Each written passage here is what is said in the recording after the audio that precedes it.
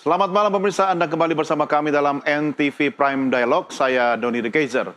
Skuad Garuda dalam mode siap tempur, bersiap menghadapi Australia 20 Maret yang akan datang. Timnas Indonesia telah mendaftarkan 29 pemain untuk laga itu, di mana 17 pemain diantaranya saat ini sudah berada di Sydney. Lalu seperti apa kesiapan timnas dan siapa saja potensial player yang akan langsung berlaga di ajang perdana Patrick Kluivert ini? Kita akan diskusikan bersama dua analis sepak bola. Sudah hadir bersama saya di studio Bung Anton Sanjoyo, dan juga kita terhubung dengan Bung Haris Pardede yang saat ini langsung berada di Sydney, Australia. Siap-siap mau nonton langsung timnas kita di Sydney. Bung Joy, apa kabar? Baik. Thank you sudah bersama kita di studio. Bung Harpa, apa kabar? Selamat malam, kabar baik Bung Doni. Siap. Di sana udah jam berapa? Jam 11 ya? Iya, ini jam 11 lewat 4, jadi Sydney itu 4 jam lebih dulu dibandingkan waktu Indonesia Barat. Oke, mau Sydney lebih dulu atau Jakarta belakangan, tapi skor tidak berubah kan, beda kota kan? Oke, baik Bung Harpa, Bung Joy, sebelum kita mulai diskusi, mari kita simak dulu tayangan pengantar yang berikut ini. Beberapa pemain timnas Indonesia sudah tiba di Sydney, Australia pada Senin 17 Maret 2025. Sampainya di Sydney, skuad timnas tanpa berleha-leha langsung menjalani sesi latihan fisik. Seperti dibagikan akun resmi timnas Indonesia, Marcelino Ferdinand dan kawan-kawan berlatih di ruang kebugaran hotel tempat mereka menginap di Sydney. Penggawa Garuda yang bermain di Liga 1 dan para pemain abroad juga telah berkumpul dan bertemu pelatih Patrick Kluivert. Namun sejumlah pemain abroad lainnya belum tiba di Sydney, termasuk 3 pemain yang baru saja dinaturalisasi. Sebelumnya saat mengantar keberangkatan pemain, Ketua Umum PSSI Erick Thohir menyoroti faktor kelelahan yang dikhawatirkan bisa mengganggu persiapan melawan Australia. Terlebih, pemain yang berlaga di luar Indonesia harus menjalani jarak tempuh yang jauh untuk tiba di Sydney. Seperti yang kemarin kita lihat untuk kedatangan beberapa pemain juga alhamdulillah. Saya rasa ada beberapa yang sudah datang lebih awal. Karena musuh kita hari ini kan kecapean dan cedera. Jadi beberapa hari terakhir ini juga saya nonton itu tim yang pemain Indonesia main, nggak bisa bilang jangan sampai ada apa-apa, karena itu kan sesuatu yang X factor yang kita tidak tahu. Jadi persiapan dari official, kedatangan pemain seperti ini juga baik, cedera juga belum ada. Nah mungkin kecapean yang kita harus lawan sekarang, karena waktunya juga kan berubah, jet lag segala. Pada laga melawan Australia dan Bahrain, timnas Indonesia mendaftarkan 29 pemain. Sebelumnya total ada 30 pemain yang dipanggil Patrick Kluivert. Namun minus Egy Maulana Fikri yang mengalami cedera jelang keberangkatan. Dari Jakarta, NTV melaporkan. Baik, kita langsung diskusi. Bung Joy, 3 hari lagi laga tim Garuda hadapi Australia. Anda lihat tim kita dalam posisi performa seperti apa?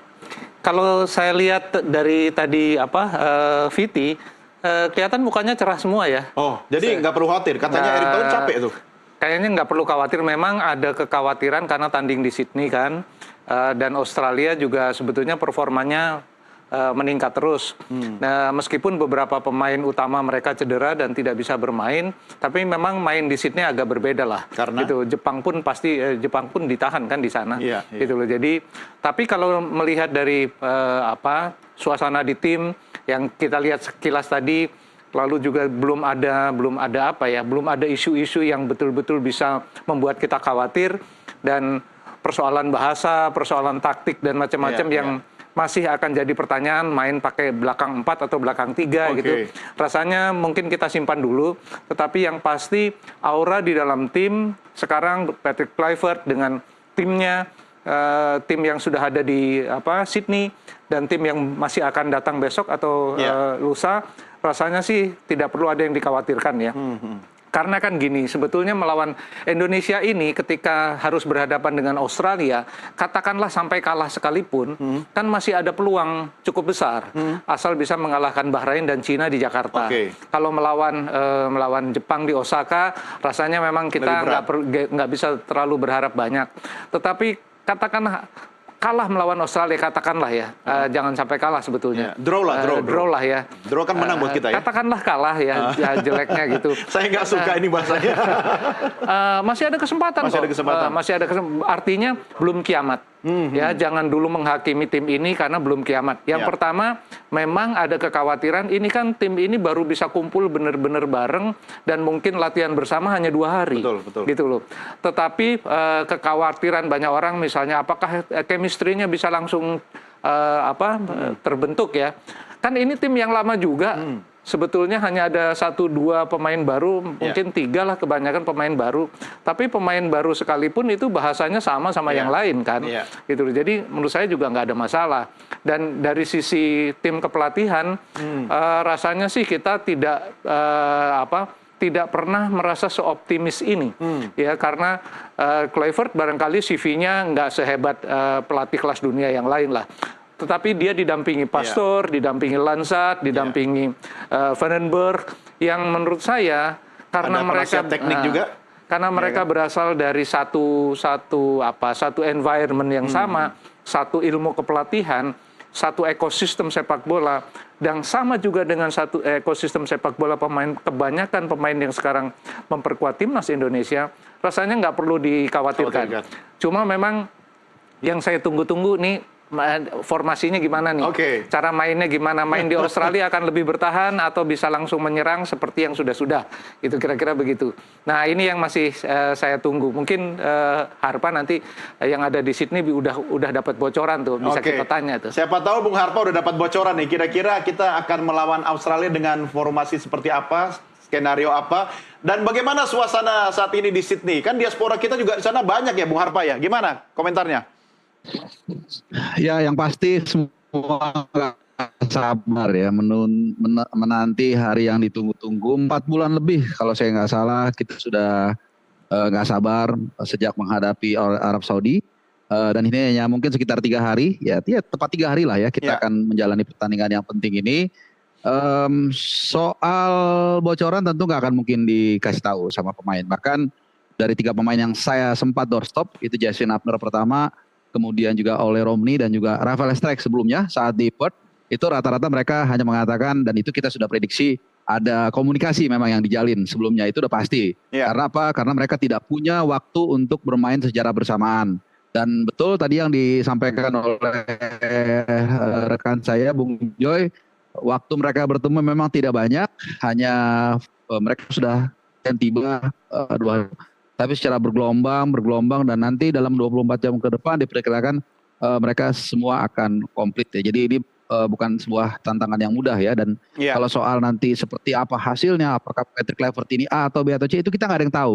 Ya, pembuktiannya tanggal 20 Maret nanti di Allianz Stadium, baru di situ kita akan bisa melihat paling nggak secara awal hilalnya itu seperti apa. Sebelum nanti kita akan kembali ke Jakarta melawan Bahrain. Sudah ada 17 pemain di Sydney sekarang ya, Bung Harpa ya. Masih sisa 12. Tapi bisa dipastikan Hapner sama Orat Mangun nggak akan turun dong karena akumulasi kartu kan? Iya. Jadi pertama saya sedikit mungkin koreksi tadi, saya update. Jadi Joe Pelupesi itu sekitar 3-4 jam yang lalu sudah mendarat di King Sport Smith Airport. Iya, Joe Pelupesi ya.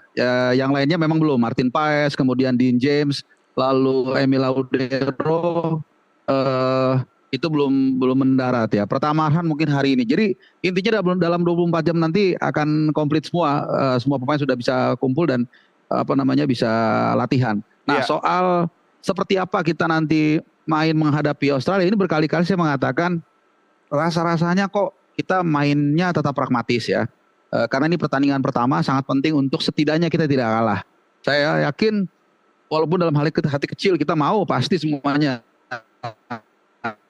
Saya rasa kalau kita pulang seri imbang itu saya pikir sudah cukup puas. Yang penting adalah bagaimana di Bahrain, di GBK nanti kita bisa mengalahkan Bahrain, yang saya pikir menjadi salah satu head to head utama kita. Ini senada tadi, Bung Joy. Kalau saya seri aja kita menang sebenarnya, tapi skenario terburuk kita harus kalah. Kita nanti di Jakarta harus habis-habisan kan? Betul. Kalau laga dengan Australia nanti, timnas Australia dia akan habis-habisan nggak dengan kita? Artinya hidup mati nggak dengan kita? Siapa sih yang nggak mau tampil di Piala Dunia? Semua juga pengen tampil. Dan dia tuan rumah loh. Dia sekarang. tuan rumah. semua pemain juga mimpi untuk bermain di Piala Dunia, dan Australia pasti akan bermain dengan sepenuh hati ya, udah pasti, karena bukan saja karena main di kandang, karena ada beberapa pemain debutan juga. Betul. Dan mereka ingin juga menunjukkan bahwa mereka layak untuk memperkuat tim nasional mereka. Jadi rasanya kalau ditanya mereka akan habis-habisan pasti, karena peluang mereka untuk lolos langsung itu kan juga belum pasti juga. Betul. Mereka masih harus menjalani jumlah laga yang sama dengan Indonesia. Jadi bagi mereka belum pasti, bagi Indonesia juga belum pasti. Artinya memang ini setelah pertandingan, pada pertandingan ini sampai dengan pertandingan akhir nanti bagi Indonesia melawan Jepang di Osaka, semuanya hidup mati. Gitu. Semuanya hidup mati. Cuma memang menghadapi Australia, rasanya sih sedikit boleh kita optimis ya. Tim ini mungkin tidak sekuat yang kita duga. Kita tahan kok dengan kekuatan terbaiknya, ditahan di Jakarta kan 0-0 gitu. Dan waktu itu memang kesebelasan Indonesia, tim nasional waktu itu juga cukup banyak peluangnya ya. Meskipun juga Australia memegang kendali, tetapi kalau saya lihat dari sisi permainan sekarang udah hampir sama.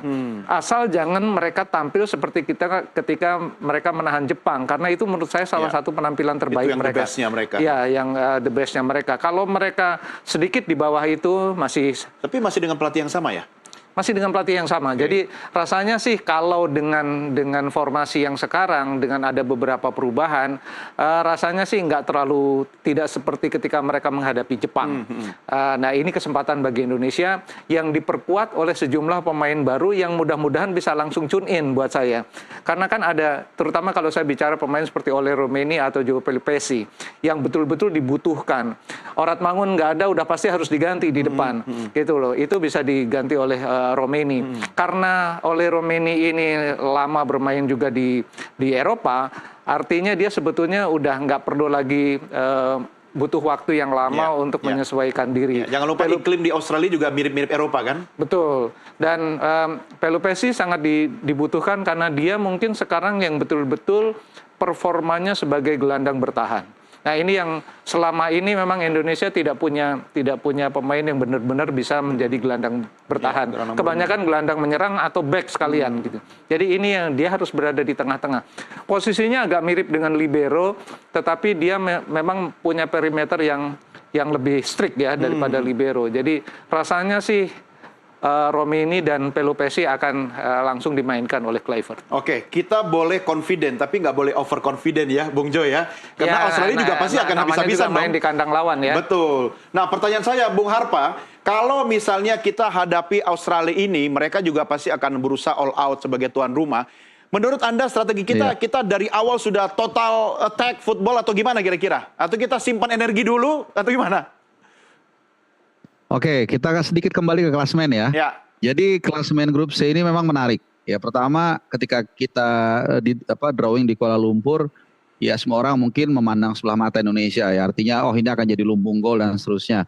Tapi kita lihat saat ini, saya pikir di luar Jepang semua ini ya bahasanya tuh saling tikam-tikaman lah begitu ya. Artinya peringkat 2 itu bisa tiba-tiba di peringkat paling bawah, dan peringkat paling bawah bisa tiba-tiba juga naik ke peringkat 2. Karena semuanya hanya dipisahkan selisih gol ataupun 1 poin. Ya, jadi di luar Australia itu semuanya mengantongi 6 poin. Nah, terkait menghadapi Australia ini yang saya katakan tadi, saya nggak yakin dengan track record Alex Pastor yang cenderung pragmatis kita akan bermain all out attack. Dari sejumlah juga katakanlah penggiat bola, rata-rata mereka mengatakan kita akan bermain lebih cenderung lebih aman, dan itu nggak ada masalah. Dan itu juga bisa kita lihat dari jumlah pemain belakang yang dibawa oleh Patrick Kluivert itu sangat banyak. CB-nya aja center back dia bawa setidaknya 5. Memang Hafner kita tahu tidak bisa main karena kartu merah saat menghadapi Saudi, tapi ini menunjukkan bahwa ada kecenderungan kita akan bermain pragmatis, dan bahkan ada kecenderungan kita akan main 3 back karena center back yang dibawa itu 5. Jadi kalau kita pakai 4 back, ya berarti kan CB-nya cuma perlu 2. Nah dia perlu cuma bawa 4 itu udah cukup. Apalagi ada Kevin Dix dan lain-lain yang kita tahu bisa membackup sebagai CB juga. Gitu. Oke, Bung Joy, Anda setuju? Ya, rasanya sih memang kalau bermain langsung menyerang agak riskan ya? Agak riskan karena bermain di kandang lawan itu seperti klik otomatis gitu lawan biasanya yang tuan rumah yang biasanya mengambil inisiatif. Karena memang auranya, energinya berbeda. Kecuali tim-tim yang sangat top ya, Brazil, Argentina, Prancis itu main dimanapun ya dengan gaya dia. Tapi Indonesia memang harus menyesuaikan dengan siapa lawannya, main di mana. Jadi hemat saya memang saya melihat tidak mungkin kita akan langsung frontal menyerang. Mungkin lebih banyak bertahan dulu, mungkin dengan 5 back, 4 gelandang dan 1 penyerang, atau pokoknya formasinya itu memang agak lebih kuat di belakang sambil mencuri kesempatan untuk bisa membangun serangan dari belakang lewat pertahanan yang ketat, lalu kemudian jarak yang tidak terlalu jauh antara back dengan gelandang, lalu kemudian juga pemain-pemain depannya berusaha menjemput bola sampai ke lini tengah, kemudian bersama-sama secara kolektif membangun serangan. Jadi mungkin juga akan bermain dengan tempo yang tidak terlalu cepat seperti yang dikembangkan lawan. Misalnya lawannya cepat, kita bisa memainkan pola tidak terlalu delay bola, passing dulu ke samping, ke kiri, ke kanan, circle. Jadi mungkin memainkan iramanya agak lebih memungkinkan daripada frontal langsung menyerang yang menurut saya energinya juga akan menguras sangat banyak.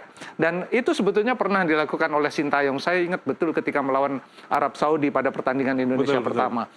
Mereka dikejutkan dengan serangan frontal yang dibangun oleh Indonesia, dan Roberto Mancini sampai terbengong-bengong. Dan pemain-pemain Arab Saudi itu kelihatan kebingungan karena taktik yang menurut saya sangat mengejutkan yang dipakai kala itu ya.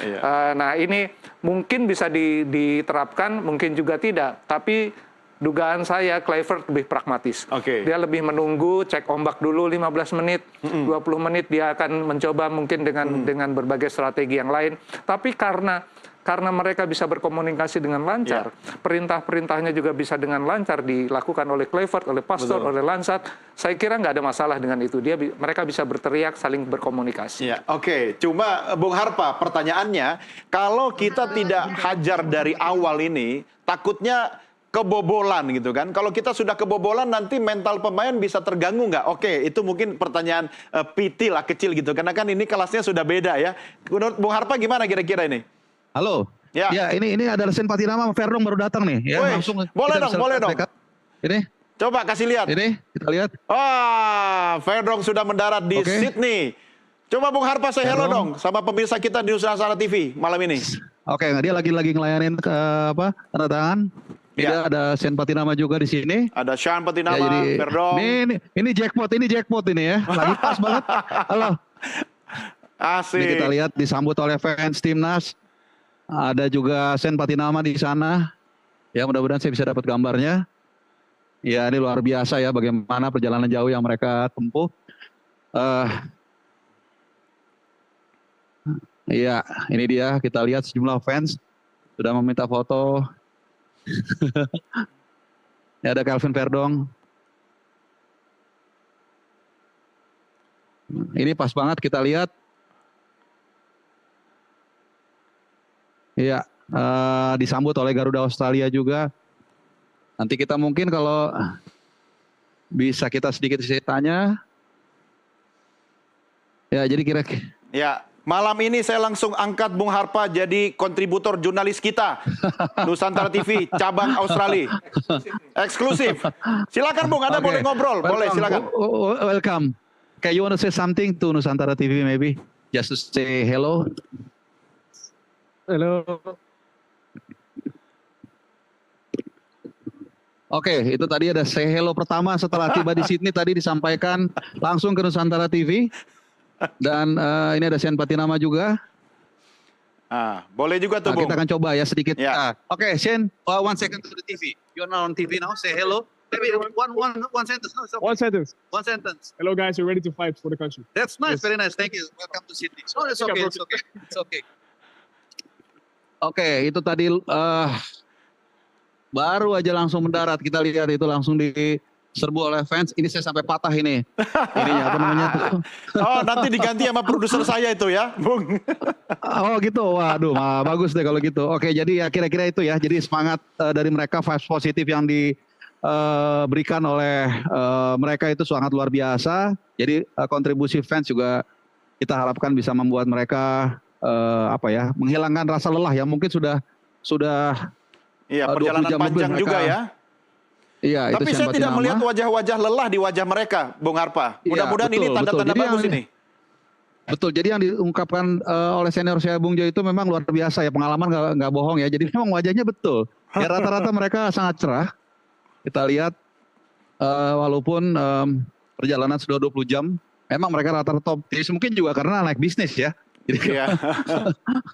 Ya, saya berikan Ya, ini kita kesempatan lihat, Sien. hak eksklusif Bung Harpa. Silakan kalau mau berputar di sana, mau menyapa, mau ngobrol, mau saling foto, silakan. Kami monitor dari sini. Silakan, Bung. Oke ya, saya stock shot aja ya begini ya. Jadi biar penonton di rumah bisa menikmati ini Sean Patinama yang tentu kita tahu ya persaingan di lini kiri, di sisi kiri akan sangat berat karena begitu banyak pemain berposisi sebagai left back. Ini dia. Itu Sean, dia. good luck, Sean. Oke, ya udah. Nah nanti setelah ini masih ada lagi Eleanor Renders yang katanya mungkin setengah jam 1 jam lagi kita belum tahu akan segera mendarat di King Sportsmith. Kira-kira demikian. Bung Oke, baik. Doni. Wah, ini beruntung sekali kita punya jurnalis langsung dari Sydney. Oke, Itu pas banget, pas banget kita mendarat, pas kita mendekati pintu keluar, pas dia keluar. Ya. Pas banget itu, not even 5 seconds different. ya, itu namanya jackpot buat Nusantara TV ya, sama Bung Harpa ya. Oke, Bung Harpa tetap di situ, tetap monitor ya. Itu memang Oke. headsetnya harus diganti itu. Nanti saya minta ke produser saya tuh. Itu demi liputan khusus Oke, kita oke, sampai siap. patah itu. Saya kembali ke Bung Joy dulu ya. Oke, Bung Joy. Ya. Artinya optimisme itu ada. Cuma kita nggak boleh besar kepala. Ya. Nah, sementara ini kan adalah debut pertamanya Kluivert.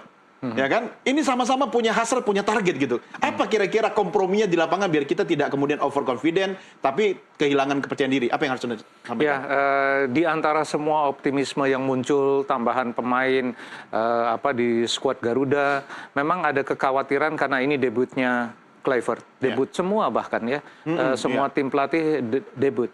Dan bagi tim sendiri memang mereka butuh penyesuaian dari era Sintayong ke era transisi ya. Kluivert. Ada transisinya, tapi rasanya 2,5 bulan waktu mereka sudah cukup. Jadi adjustment-nya sudah cukup dan saya yakin katakanlah pemain-pemain yang berlaga di Liga Belanda, di Eredivisie juga sudah berkomunikasi dengan tim pelatih Indonesia.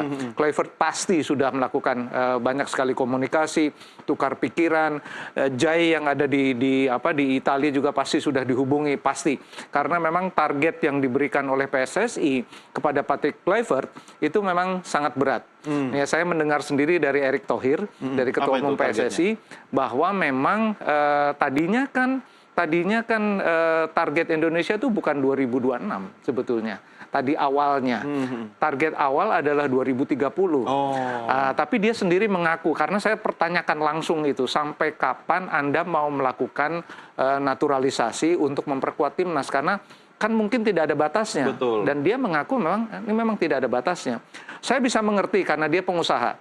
Dia punya insting pengusaha. Insting pengusaha itu dia kalau ada opportunity dia ambil. Lalu dia mengaku di hadapan saya, ada Harpa juga waktu itu, dia mengaku waktu pemain diasporanya 5, permainan Indonesia tambah bagus. Bener kan? Waktu pemain diasporanya 10, lebih bagus lagi. Gitu loh. Waktu pemain diasporanya ada 15, tambah bagus, bisa mengalahkan Arab Saudi misalnya. Jadi dia bilang, emang nggak ada batasnya, Joy, katanya gitu. Harpa juga dengar tuh, emang nggak ada batasnya. Waktu itu saya bilang, Pak, saya paham pemikiran Bapak, meskipun saya tidak terlalu sepakat dengan itu. Tetapi saya mengerti kalau Anda mau mengambil opportunity ini, gitu loh. Karena dia bilang, iya kan kita punya kesempatan, betul, untuk tampil di Piala Dunia 2026, saya iya. Jadi wajar maju targetnya 2026. Jadi targetnya awalnya 2030, dimajukan ke 2026 karena memang ada opportunity-nya. Benar nggak? Masih ada 4 pertandingan, Indonesia posisi ketiga.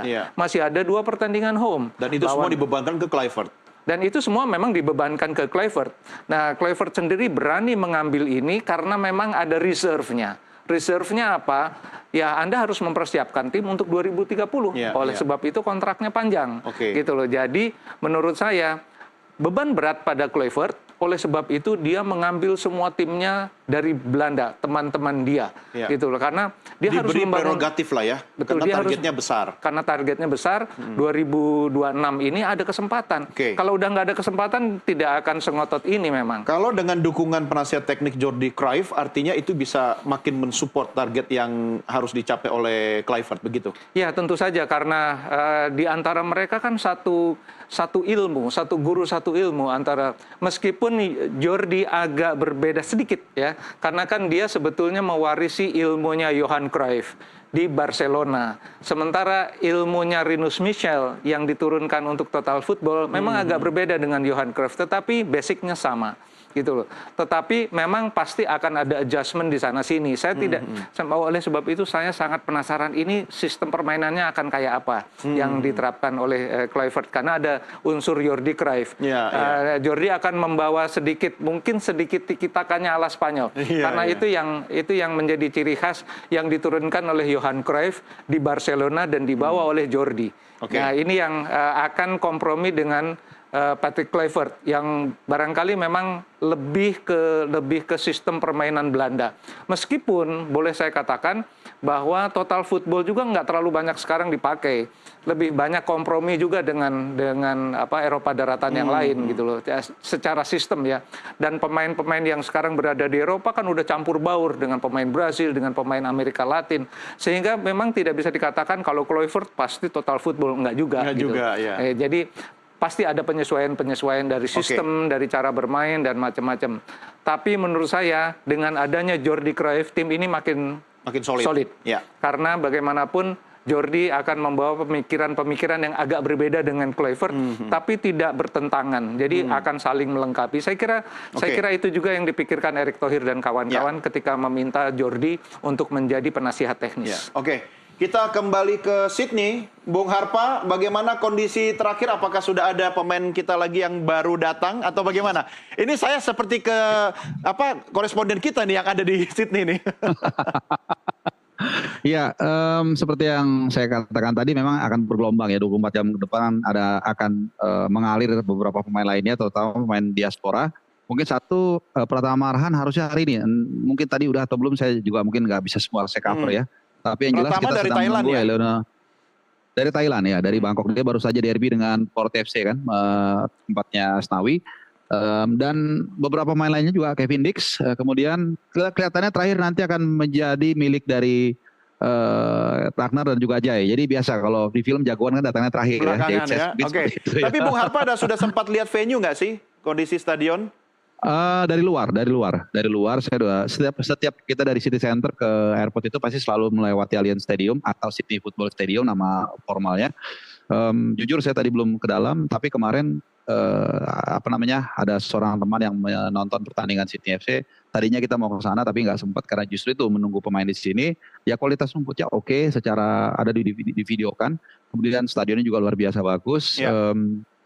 Mudah-mudahan nanti kita bisa memerahkan kandang Australia. Ya, dan kita juga banyak diaspora di sana kan, warga Indonesia yang pasti akan mensupport timnas kita. Cuma Bung Harpa, ini kan kita nggak boleh gede kepala nih, overconfident. Meski kita harus tetap percaya diri. Satu, ya karena ini juga debutnya Kluivert. Yang kedua, ini bintang-bintang menghiasi timnas kita. Dan yang ketiga, cuaca di Australia itu mirip-mirip di Eropa ya. Bagi mereka pemain kita ini sudah terbiasa dengan seperti itu. Menurut Anda, ini sebagai sebuah keuntungan, tapi Australia juga sebagai tuan rumah punya keuntungan yang sama. Apa yang harus kita lakukan? Pertama soal cuaca, Anda bisa lihat sendiri saya menggunakan jumper. Jadi memang agak lumayan dingin. Karena di selatan globe ini atau di selatan dunia ini menuju Juni-Juli itu justru makin dingin. Kembalikan di utara. Kalau untuk suhu saya pikir ini win-win solution ya. Artinya kalau dibilang dingin banget juga enggak. Kalau dibilang panas pasti enggak gitu. Jadi ini adalah cuaca yang sangat ideal. Justru saya khawatirnya nanti ketika kembali ke GBK, ya kita tahu itu akan sangat ekstrim. Bukan hanya soal suhu udara, tapi juga humidity-nya atau kelembapannya juga kita tahu cukup menguras energi. Jadi so far saya pikir semua seharusnya secara atmosfer, secara cuaca itu berjalan dengan baik. Tapi kembali lagi, ya tantangannya adalah bagaimana menyatukan pemain-pemain yang kita tahu yang tadi itu belum semuanya saling kenal, dan juga tentunya pressure. Ya karena ini juga menjadi pertanyaan saya dari 3 pemain, Rafael Struijk, Justin Hubner, dan juga Ollie Romney soal pressure. Tapi ya rata-rata itu tadi, Ya mungkin ada pembekalan, ada komunikasi yang sudah dijalin dan pasti bukan mungkin ya yang sudah dijalin oleh Patrick Kluivert ke para pemain yang untuk mereka bisa stay calm, stay humble, tapi juga confidence ketika menghadapi Australia. Ya, kalau soal nanti di GBK kita sudah minta BMKG untuk rekayasa cuaca biar sorenya hujan dulu, biar nggak terlalu panas. Bung Harpa, jadi total udah berapa nih yang sudah landing di Sydney? Aduh, mungkin sekitar 20-an ya kalau ya? saya nggak salah kurang lebih. Pokoknya yang belum itu Ragnar, lalu Jait Ses, Kevin Dix, kemudian Renders, Hilgers, 5 tuh. Jadi ya mungkin 20-an kecil ya yang udah mendarat. Itu sekitar seperti itu kira-kira. Oke, baik. Balik ke Bung Joy. Bung Joy, ada 23 nama yang akan didaftarkan. Nah, kita sudah punya 29 ya. Berarti ada yang bawa koper untuk berada di kursi cadangan atau pulang. Siapa kira-kira? Enggak, begini, memang Erick Thohir di dalam rilis berita PSSI memang memberangkatkan 29 pemain, minus Egy kalau nggak salah ya, minus Egy, karena memang yang boleh didaftarkan kan 29, tetapi DSP-nya, daftar susunan pemain harus 23. Jadi itu nggak akan ada yang pulang juga kayaknya sih. Jadi rasanya mereka akan tetap di sana karena memang akan dipersiapkan juga karena ada kesempatan berlatih untuk tim yang utuh kan. Dalam 2 hari kalau 29 pemain semuanya berkumpul akan bisa dibagi 2 tuh, 11 lawan 11 gitu loh. Jadi yang saya bayangkan ini dalam 2 hari ini akan ada pembicaraan ketat sekali antara Patrick Kluivert dan timnya dengan para pemain. Dan akan mungkin pada hari kedua ketika mereka berkumpul bersama sudah akan dibagi tuh. Akan dibagi pada hari kedua ya, pada hari pertama kumpul mungkin belum. Tapi hari kedua sudah akan dibagi mana tim utama yang akan ketemu Australia, mana tim cadangan. Tetapi 29 pemain itu yang ada sekarang, yang akan datang ke Sydney, nggak akan kemana-mana. Mereka akan tetap di sana untuk berlatih bersama. Dan Kluivert akan melihat untuk pertama kalinya setelah, kalau ketemu satu-satu pasti udah. Tapi melihat 29 pemain dibagi 2 timnya untuk bermain dalam game, baru mereka akan lihat pada hari itu. Gitu loh. Jadi ini akan betul-betul waktu yang sangat berharga, 2 kali 24 jam bagi Alex Pastor, bagi Kluivert, bagi Lansat untuk mempelajari satu persatu. Kalau si A ditaruh di posisi ini gimana, dipermutasi, diulang-ulang lagi, itu mungkin akan latihan yang melelahkan sekali. Tapi mereka kan harus juga berpikir pada tanggal 20. Terima kasih masih bersama kami. Kita lanjutkan kembali diskusi kita. Saya kembali ke Bung Harpa di Sydney, Australia. Bung Harpa, kalau melihat pemain timnas Garuda kita bertaburan bintang, kira-kira nanti laga lawan Australia siapa yang akan bersinar di lapangan? Ya saya tapi tetap ini ya, tetap punya pandangan bahwa permainan bola ini kan sepak bola kolektif ya. Jadi saya tetap melihat yang penting adalah bagaimana bisa bermain sebagai satu kesatuan tim. Tapi menjawab pertanyaan Bung Doni tadi, siapa yang akan menjadi bintang lapangan? Dari pengalaman saya, dari saya menghadiri konferensi pers langsung, melihat langsung orangnya, saya pikir kita nggak bisa berpaling dari Jait Ses. Ya ini benar-benar menjadi pemain yang paling penting secara profil, artinya sebagai center back tengah di jantung pertahanan kita, kemudian juga kehambelannya, kemudian leadershipnya, semua lengkap, paket lengkap yang ada di dalam diri dia. Saya pikir kita sangat bertemu dengan dia. That's why saya mewanti-wanti sejak lama. Ada 2 hal yang saya wanti-wanti. Pertama soal jadwal. Dari tahun lalu saya sudah ngelihat ini main lawan Napoli di Venezia tanggal 16. Ini berarti paling cepat dia sampai tanggal 17. Dan sekarang tanggal 17 malam dia belum sampai di sini dan kemungkinan besar sampainya besok. Jadi H-2. Yang kedua, dia sudah mengantongi kartu kuning. Ya, kalau nggak salah didapatkan ketika kita menghadapi lawan China. Artinya pertandingan nanti kita memang semua satu negara, satu Indonesia itu berharap kita menang, kita seri bla bla bla. Tapi saya lebih senang kalau kita pulang ke GBK, ke Jakarta, ke Indonesia itu dengan catatan Jai jangan sampai kena kartu kuning lagi, Martin Paes juga jangan kartu kuning lagi, dan juga Calvin Verdong dan juga pemain-pemain lainnya yang penting jangan sampai ada yang kena kartu merah atau akumulasi saat kita menghadapi Bahrain di pertandingan yang benar-benar harus kita menangkan. Gitu. Oke, ya Bung Joy, harusnya kan semua bisa jadi bintang dan berkolaborasi, ya kan? Tapi catatan penting Anda agar mereka semua bisa jadi bintang dan bekerja sama dengan baik. Gini, mereka semua kan pemain berpengalaman ini. Mereka pasti tahu bahwa ini pertandingan yang sangat penting, tetapi memang mereka tidak bisa menghilangkan karakternya. Kalau tadi Harpa khawatir dengan kartu kuning yang bisa didapatkan oleh Jai, ya memang itu resiko yang harus ditanggung. Tetapi memang dia harus lebih berhati-hati, karena dia memang master di belakang. Dia yang akan menjadi leader di belakang, dia yang akan berkolaborasi dengan siapapun, nanti kipernya bisa pas, bisa siapapun, untuk bisa menggalang pertahanan, karena dia yang sering memberi perintah. Dan perintah-perintah ini menurut saya akan menjadi bagian penting dalam soliditas tim. Dan ini yang dia bisa merintah Tom Haye di depannya, dia bisa merintah Martin Pas di samping, di belakangnya, dia Rizky Ridho di samping, siapa Verdong di sampingnya, dia bisa perintah semua. Jadi memang dia pemain yang paling krusial. Sementara di porosnya ada Tom Haye. Nah, ini yang menurut saya dua pemain ini yang akan menjadi sentral. Dan kalau Australia mengetahui ini memang, dan saya yakin mereka udah tahu, ya udah tahu, ngintip-ngintip itu. akan ada treatment khusus nih buat mereka. Jadi rasanya sih memang perlu hati-hati, mungkin akan kayak misalnya siapa yang sudah dapat kartu kuning, Jai misalnya, pasti akan diganggu, akan diprovokasi, dan ini bagian dari permainan. Kalau Jai tetap cool, tetap dingin, saya rasa sih dia udah punya pengalaman itu, dan dia bermain di liga, salah satu liga terbaik di dunia kan. Jadi saya rasa sih pengalamannya luar biasa, leadershipnya juga hebat. Tom Haye yang menurut saya kalau dia bermain dalam hari terbaiknya, peluang Indonesia menang ada. Ada. Ini karena saya kira memang dari situlah, poros itulah sebetulnya titik sentral kekuatan Indonesia. Nah, kan Kluivert tetap ingin mencuri satu angka dari Australia, tapi posisi akhir kita lawan Australia kira-kira Anda skor berapa? Kalau posisi akhir saya lebih cenderung draw ya. Dengan harapan bahwa bisa mempertahankan semua yang ada di kondisi terbaik Indonesia. Untuk menang sih itu bonus, tetapi jangan sampai kalah. Mudah-mudahan juga pressure dari masyarakat Indonesia jangan terlalu besar, karena kadang-kadang kan pressure yang terlalu besar membuat semua kaki-kaki ini berat. Ya kan, apalagi kalau mereka melihat media sosial, begitu banyak harapan.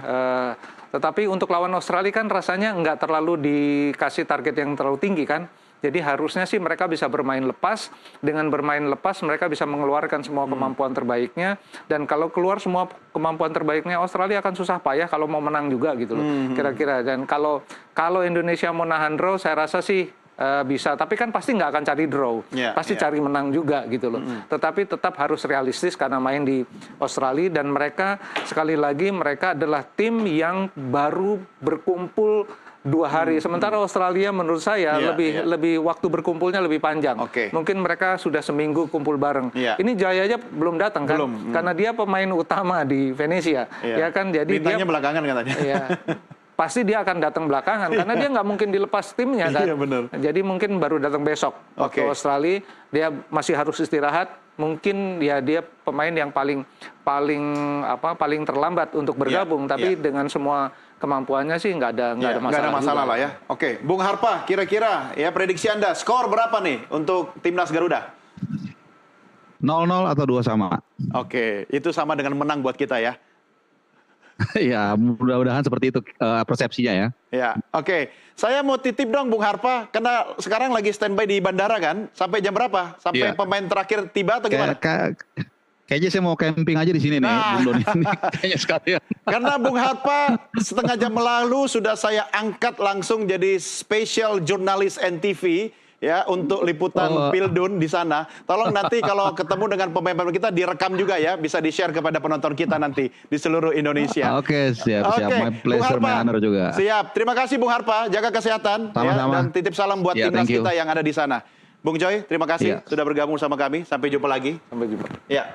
Dan pemirsa, kami akhiri sampai di sini diskusi kita dalam NTV Prime paruh pertama. Jangan kemana-mana, habis ini rekan saya Tasya Lutmila akan segera kembali untuk memandu dialog lainnya. Tetap bersama kami.